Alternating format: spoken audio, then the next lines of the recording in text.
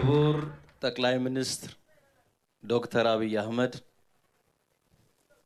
የተከበራችሁ የክልል ፕሬዝዳንቶች፣ የተከበራችሁ ክቡራን ሚኒስትሮች፣ የፌደራልና የክልል የመንግስት ኃላፊዎች፣ አባ ገዳዎችና በዚህ በዓል ላይ የታደማችሁ ክቡራን እንግዶች፣ ከሁሉ አስቀድሜ እንኳን ለዚህ ግድብ ምርቃት አበቃችሁ ለማለት እወዳለሁ።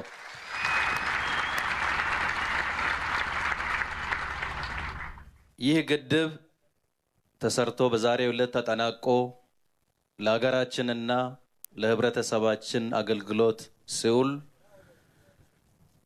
ጠቀሜታው እጅግ በጣም ትርጉም ያለው ነው። ምንም እንኳ ኢንቨስትመንቱ ትልቅ ወጪን የሚጠይቅ ቢሆንም እኛ እንደ ኢትዮጵያ እንደ ሀገራችን ያለን ሀብት የሰው ጉልበት ነው። ያለን ሀብት መሬት ነው። ያለን የኢኮኖሚያችን መሰረት ግብርና ነው። ነገር ግን ኋላ ቀር በሆነ አሰራር ግብርናችንን ማዘመን በሚገባ ልክ